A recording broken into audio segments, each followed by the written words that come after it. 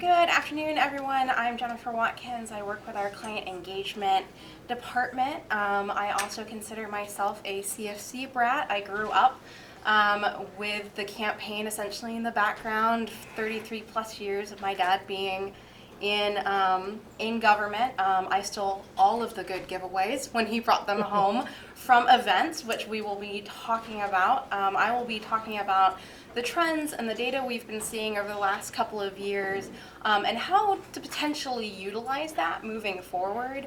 One of the things that we provide is campaign event management, because as important as events are, they hit at probably one of the busiest times of the year for you guys. We try to make this process as easy and as just not as just labyrinthine as possible for you, because it can get very detailed. So each year, all three of the campaign types do run events. Most of the events are going to be charity fairs and speaking engagements, though every once in a while there'll be a networking event. This is really the only way to do face-to-face with these potential donors and really break through the noise. You guys do so much good work. One of the other things that you never know, you don't know who you're going to be impacting with your works, and you don't know where they're going to be ending up. A couple years ago, I was in Springfield, Illinois, and at a charity fair, and a young woman came up to me. She was representing the campaign at the time, and I was starting to talk to her about our charity members, and she stopped me. She went, "I know this particular member. I had some of their services when I was a teenager," and by the time she was done speaking, she had 10 people around her. So if you go to these events, you're not just connecting with potential donors, but you're also maybe reconnecting with those people that you may have helped in the past and might potentially help in the future, as I think some of our members found out during the government shutdown when those government employees needed the help.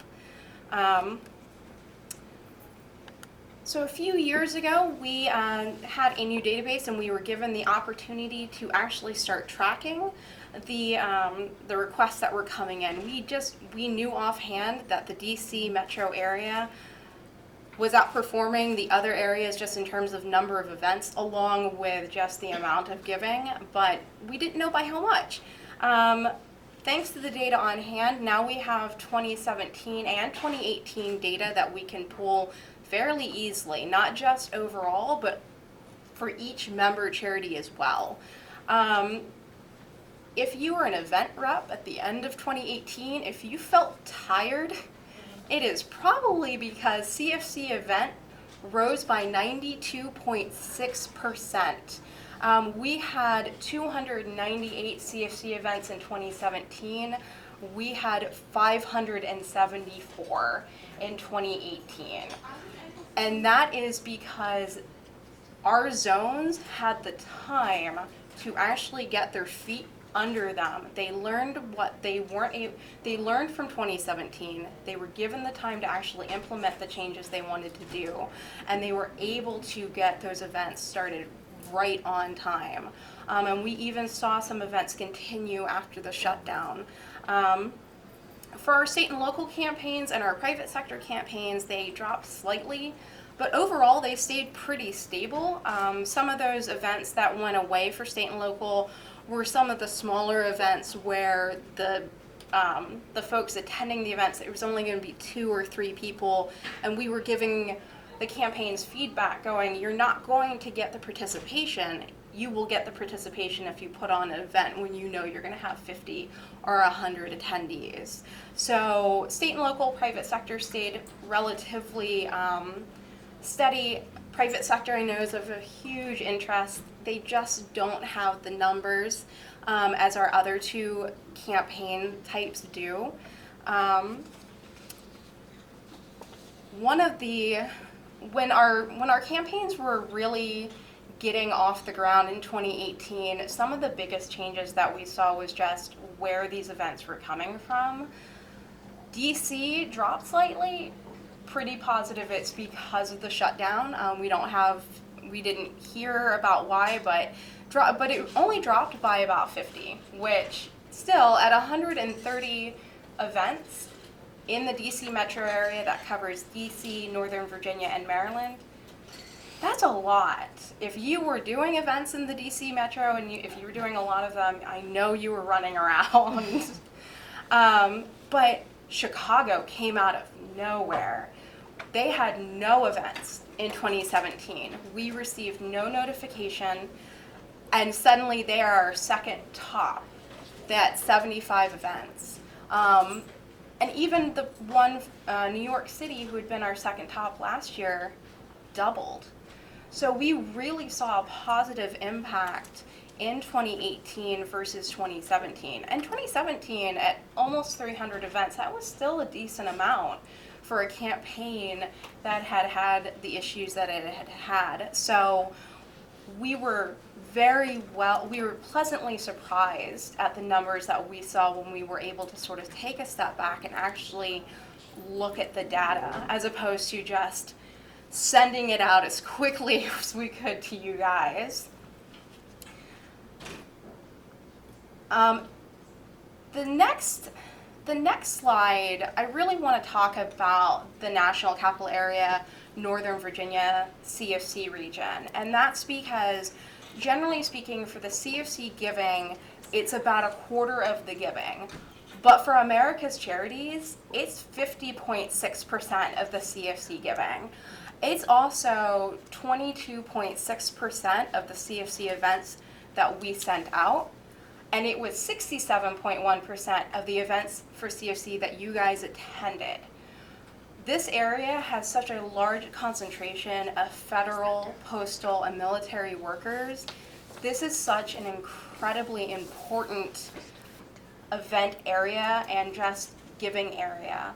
Even if you are not located in the DC metro area, even if you think you can only make it maybe once or twice, I encourage you to sign up for it.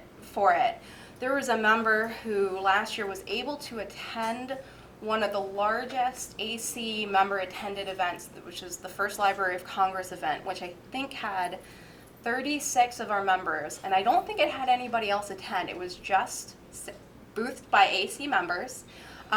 They were able to go because they happened to sign up, and their staff member was running the Marine Marathon the same week that the Library of Congress event was happening. So they were able, because they had signed up for the event, they were able to go. So again, even if you're located outside the region and think you're only going to have maybe the opportunity to go once or twice, it's worth it. It's definitely worth it.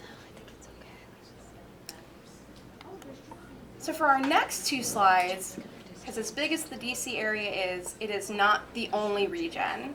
I really encourage our members to look at the next two slides, and you'll be able to have these slides after so you can compare them in your office.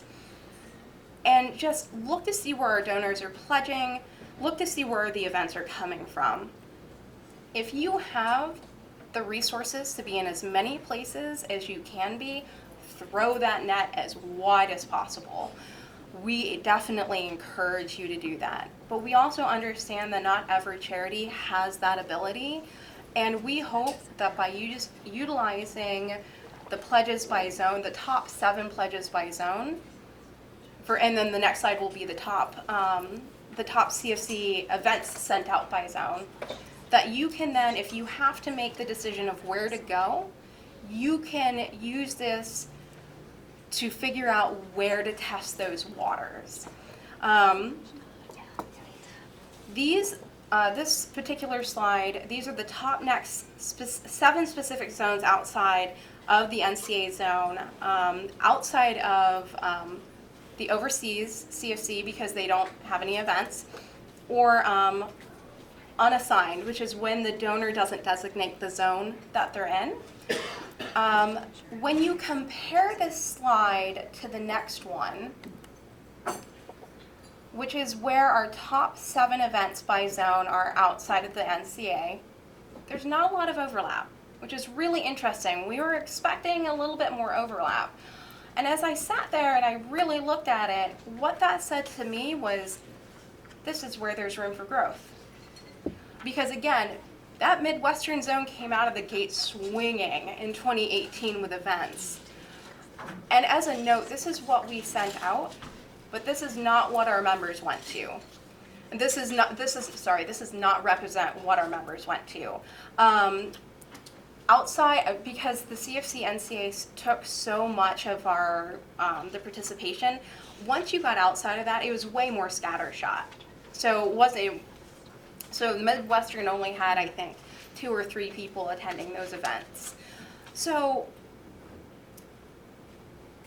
when you look at those, like the greater New York area, the Midwestern area, Texas, and you're looking at, and I'll just go back real quick, and you're going, oh, well, I don't see them here. You can start to play with that about, well, maybe we'll start attending events in Chicago this year.